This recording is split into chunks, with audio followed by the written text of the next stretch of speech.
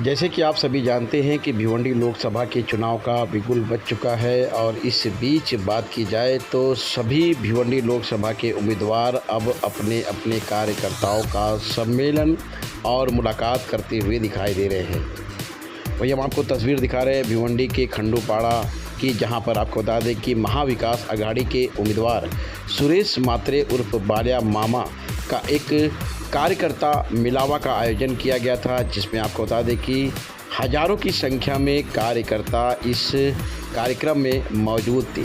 ये सारे कार्यकर्ता आपको बता दें कि खासकर राष्ट्रवादी कांग्रेस पार्टी शरद पवार गठ के कार्यकर्ता मौजूद थे। कार्यक्रम के आयोजक भिवंडी राष्ट्रवादी कांग्रेस पार्टी शरद पवार गठ के अध्यक्ष शोएब गुड्डू के नेतृत्व में रखा गया था, जहां आपको बता दें कि कई पूर्व नगर सेवक भी इस कार्यकर्ता मिलन में शामिल हुए। सबसे पहले तो तस्वीर में आप देख सकते हैं कि जब सुरेश मात्रे उर्फ बालिया मामा का आगमन हुआ तो आसमान पर आतिशबाजी देखने को मिली। पटाखों की लड़ियों से बालिया मामा का फूलों की बरसात के साथ स्वागत किया गया। तो वहीं पर दूसरी जगह आप देख सकते हैं कि पूर्व मंत्री और साथ ही साथ मुमरा के विधायक जितेंद्र अवार्ड भी इस कार्यक्रम में मुख्य अतिथि के रूप में मौजूद थे। सभी मान्यवरों का स्वागत विशेष तौर पर कार्यक्रम के आयोजक शोएब गुड्डू के हाथों से पुष्पगुच्छ व सम्मान देकर सम्मानित किया गया। कार्यक्रम में आप देख सकते हैं कि हज़ारों की संख्या में लोग मौजूद थे। बालिया मामा का वहां पर आपको बता दें कि जय जयकार के नारे गूंजे। इस बीच मंच पर खासकर आपको बता दें कि लोकसभा के चुनाव को लेकर विरोधियों पर जमकर निशाना साधा गया। जितेंद्र अवार्ड ने कई ऐसे तीखे बोल बोले जिसके कारण पूरे इस जनसभा में लोगों की तालियों की गड़गड़ाहट सुनने को मिली। तुतारी चुनाव चिन्ह पर सुरेश मात्रे उर्फ बालिया मामा भिवंडी लोकसभा के चुनावी मैदान में हैं और उन्हें कई कठिनाइयों का सामना भी करना पड़ सकता है। इस तरह की बातें सूत्रों के हवाले से खबर आ रही है। अब देखना यह है कि आने वाले 20 तारीख को मतदाता अपने घरों से निकलकर भारी संख्या में मत डालकर अपने लोकसभा के उम्मीदवार को भारी मतों से जिताने का वादा करते हुए भी दिखाई दिए। आज इस सभा में उपस्थित सभी कार्यकर्ता, खास करके पहले तो मैं आप सभी को धन्यवाद देता हूं कि आप इतनी बड़ी तादाद से यहाँ उपस्थित रहे। इसके लिए मैं शोएब भाई से भी, हमारी सभी पार्टी के नेतागण, पदाधिकारी और सभी कार्यकर्ता को धन्यवाद देता हूँ। महाविकास आघाड़ी की ओर से अपने पार्टी को आप सभी कार्यकर्ताओं पे ऊपर विश्वास रख के अपने पार्टी के नेता आदरणीय शरद चंद्र जी पवार साहब, इन्होंने ये भिवंडी लोकसभा की सीट अपने पार्टी के हिस्से में ली है। ये अपने सभी की बड़ी जिम्मेदारी है और सभी के ऊपर विश्वास रख के साहब ने ये सीट ली है।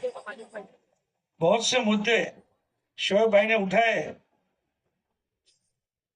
भिवंडी में टोरंटो का तो सबसे बड़ा मसला है, क्योंकि हमारे भिवंडी में 60% गरीब लोग रहते हैं, 30-35% मिडिल क्लास रहते हैं और 2-5% ही जिसको हम अमीर बोल सकते हैं, पर बहुत बड़े नहीं बोल सकते, पर अमीर है। तो ऐसी स्थिति में हमारे जो 60% 90% लोग हैं, जो महीने के 10-12 हजार पगार लेते हैं और उस पगार में घर परिवार संभालना है, बच्चों को पढ़ाना है, हेल्थ के इश्यू है, और ये सभी के लेके टोरंटो का बिल कम से कम 1000, 2000, 3000 आता है। तो ये स्थिति में बहुत ही स्थिति खराब है। और खास करके हमारे आईजीएम हॉस्पिटल, जो आपने देखा होगा, जिसको जिला रुग्णालय होना बहुत जरूरी है, क्योंकि हमारी लोक संख्या देखी तो बहुत पहले होना चाहिए था, पर यहाँ के खासदार की उदासीनता है। वो बोलते तो है 35,000 करोड़ का काम किया, क्योंकि वो उनके टक्केवारी के हिसाब से बोलते रहेंगे। वो टक्केवारी के खासदार है वो अगर दिखाए कि 35,000 का काम कहाँ हुआ, 35,000 करोड़ का, तो हम मान जाएंगे। देखो, मैं आपसे इतना ही कहूंगा, शोएब भाई ने बहुत से मसले मुद्दे रखे और आवाज साहब भी अपने को मार्गदर्शन करने वाले हैं। मैं आपसे यही कहूंगा कि जिसने 10 साल इस लोकसभा का नेतृत्व किया, वो खासदार 10 साल में उसके अधिकार को समझ नहीं पाया, उसके काम को समझ नहीं पाया कि उसके अंडर में क्या क्या काम आता है। इसके लिए वो सबसे फेल खासदार है। और मैं आपको यही बात कहूंगा कि देखो, ये जो लड़ाई है ना, ये भ्रष्टाचार के खिलाफ लड़ाई है, ये महंगाई के खिलाफ लड़ाई है। और खास करके आप देख रहे हो, अपन जब भी किसी बीजेपी के लीडर से पूछो, भाई इतनी महंगाई हुई, तो बोलेंगे अरे 370 हटाया, अरे इतना भ्रष्टाचार हो रहा है, वो बोले अरे राम मंदिर बनाया। अरे हम लोग पूछते हैं, भाई आपने क्या किया? आपने 2 करोड़ रोजगार वादा किया था, उसका क्या हुआ? सिर्फ और सिर्फ 10 साल से आज तक धर्म के नाम पे ये लोग वोट मांग रहे हैं। आज अपने सबके सामने कायदा कानून कुछ बचा है क्या? आप देख रहे हो, ईडी, सीबीआई किसी के ऊपर मतलब ऐसा किसी को नहीं छोड़ा है। अपने आवाज साहब है, उनके ऊपर तो ऐसा ऐसा केसेस दर्ज किया, अब सोच भी नहीं सकते। इतनी घिनौनी हरकत, मतलब ये लोग संविधान रखना नहीं चाहते हैं, ये लोग सिर्फ और सिर्फ हुक्मशाही लाना चाहते हैं। मैं आपको सभी को इतनी रिक्वेस्ट करूंगा, देखो ये 2024 का इलेक्शन है, अगर इंडिया आघाड़ी जीती तो 2029 के इलेक्शन हो जाएंगे, नहीं तो इतना भूल जाओ, अभी नहीं तो कभी नहीं। ये सबसे बड़ी बात है। और हमको ये इलेक्शन सिर्फ अपने लिए नहीं लड़ना है, अपने आने वाली पीढ़ी के लिए, अपने बाल बच्चों के लिए लड़ना है। क्योंकि देखो, हम अपने आप को बचा रहे, हम भिवंडी को बचा रहे, हम महाराष्ट्र को बचा रहे, और हमको देश को बचाना है। और इस देश को बचाना है तो इंडिया गठबंधन को ही लाना है, इतना ध्यान में रखो आप सब।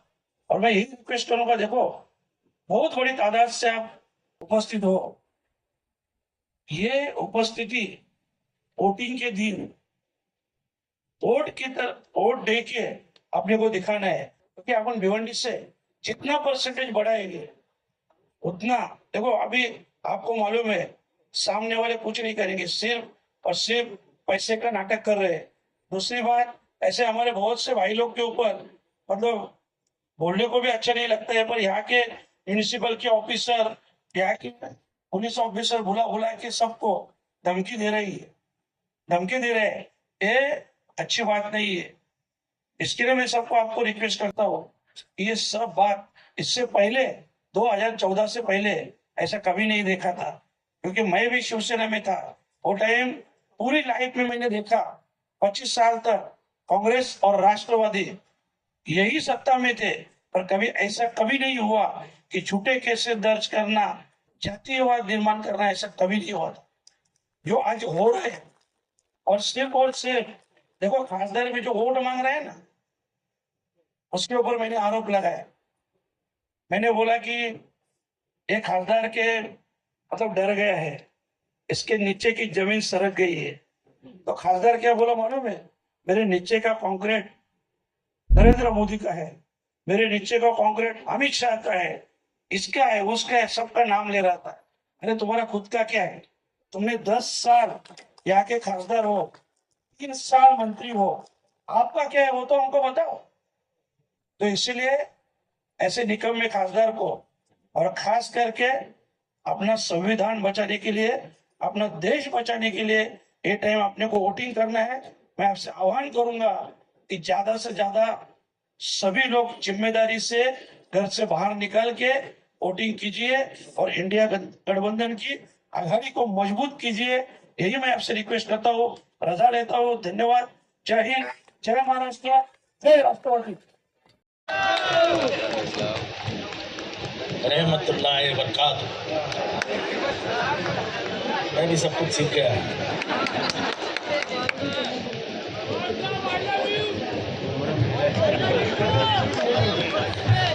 आई लव ऑफ भिवंडी, मैं तेरे को अकेले तो नहीं बोलूंगा।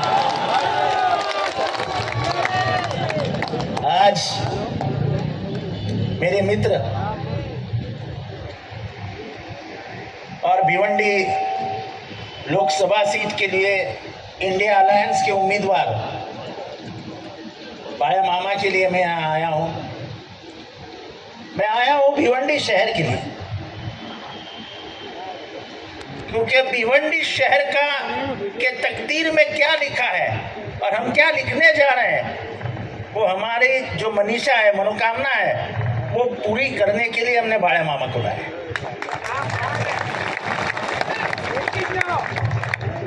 क्योंकि 2014 के बाद भिवंडी को अनदेखा कर दिया। मुझे नहीं पता लोग इतना भी गणित में चूक सकते हैं। कितना करोड़ का काम लाया बोलते हैं? 35,000। मैं जिंदगी में राजनीति छोड़ दूंगा कि 35 नहीं 3,500 करोड़ रुपए का काम बता दिया।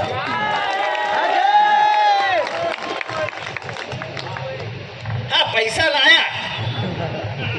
बाले मामा को मालूम है किधर किधर से पैसा लाया। ये अलीबाग कॉरिडोर से पैसा आया हो ना मामा, समृद्धि से पैसा लाया, बुलेट ट्रेन से पैसा लाया। प्रोजेक्ट मालूम थे कौन सा प्रोजेक्ट किधर से जाने वाला है, जमीन को 4 गुना भाव मिलने वाला है, उधर ये मुख पहुंच जाते थे, बराबर पहुंच जाते थे। कितने झूठे कागजात बनाए, सब खोलेंगे। अभी तो मौका मिलेगा ना बात करने का, अभी तो सब खोलेंगे। ये बाले मामा उम्मीदवार डिक्लेयर हो गया इंडिया अलायंस का। अब तभी तो ऑफिशियली भी अनाउंस नहीं हुआ था। ये पेपर वाले, ये इधर मस्ती करने वाले रहते हैं ना, ये 2-4, इन्होंने नाम चला दिया, बाले मामा को टिकट मिल गया। बस पूरी प्रशासकीय यंत्रणा काम पे लग गई। 4 पोकलेन पहुंच गई इनके गोडाउन के ऊपर। एक बनाया कंक्रीट का रास्ता उखाड़ के फेंक दिया। ये क्या जुल्म है? तुमको कौन सा हक पहुंचता है किसी के पसीने से बने हुए धंधे को हाथ लगाने की? अगर हम पूछे तुमसे कि तुम्हारे गोडाउन क्या गुरुचरण पे नहीं बने हैं? क्या तुम्हारे गोडाउन हर कानून का दायरा पार करके बने हैं? तो फिर अगर इतना ही सच है तो बताओ मंत्री जी, अश्विनी जोशी की बदली क्यों की? क्योंकि अश्विनी जोशी ने पूरे 7/12 का तलाश करना शुरू कर दिया था। और इनके जितने दोस्त थे, त्रिवेदी, त्रिपाठी, शाह, सब इनके दोस्त तो ऐसे ही है ना, सब त्रिवेदी, त्रिपाठी, शाह, अग्रवाल, इनका कोई मात्रे ऐसा दोस्त नहीं रखते हो। छोटी मोटी हस्ती है सो दिस्ती नहीं करते हो।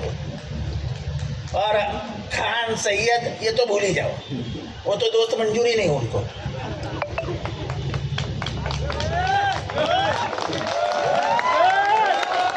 तो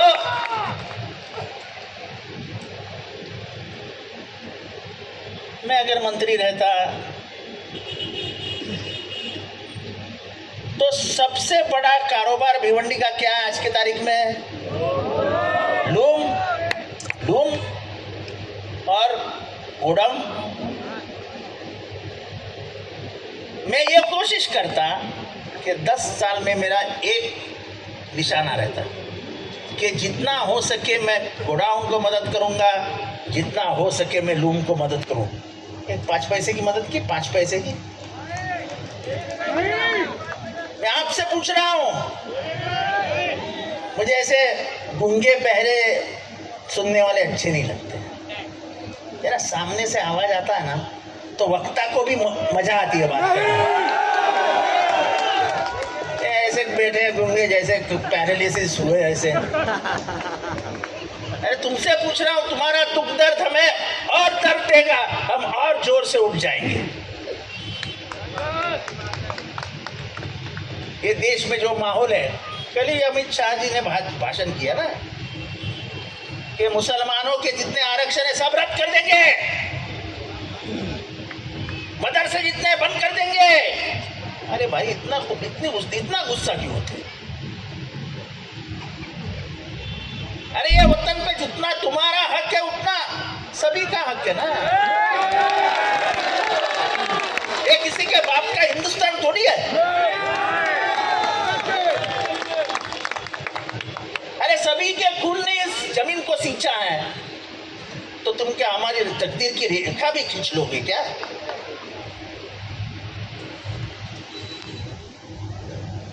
जब आदमी काम नहीं करता, वो फितने लगाने की कोशिश करता है, हिंदू मुसलमान, हिंदू मुसलमान, हिंदू मुसलमान, हिंदू मुसलमान। क्या बताएंगे? 15 लाख तो अमित शाह ही नहीं बोल दिया कि मोदी साहब का वो जुमला था, तो वो भूल जाओ, वो तो भूल ही जाओ। अभी उसका इंतजार मत करो, 15 लाख नहीं आने वाला है। अमित शाह जी ने बोल दिया कि वो झूठा था। अभी झूठा कौन बोला? कौन बोला? 15 लाख दूंगा कौन बोला? तो उन्होंने जब बोला झूठा था, तो झूठा कौन है? तो अमित शाह बोल रहे हैं, हम किधर बोल रहे हैं? मोदी जी झूठे हैं ऐसे हम तो नहीं बोल रहे हैं, ये तो अमित शाह बोल रहे हैं। 2 करोड़ रोजगार देंगे। इधर एक भी माय का लाल है क्या जो बोलेगा हमको रोजगार मिला हो? तो उठा हुआ है, मिला? गैस के सिलेंडर का भाव कम हुआ? स्मृति ईरानी ने इसके ऊपर बात की, कहीं दिखाई दिया?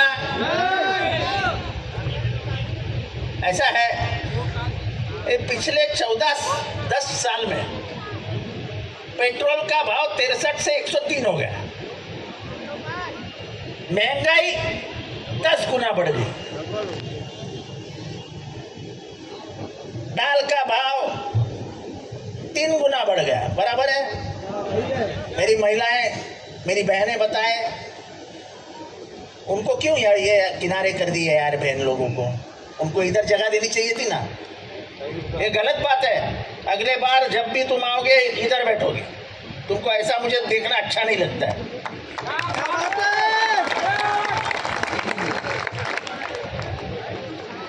तो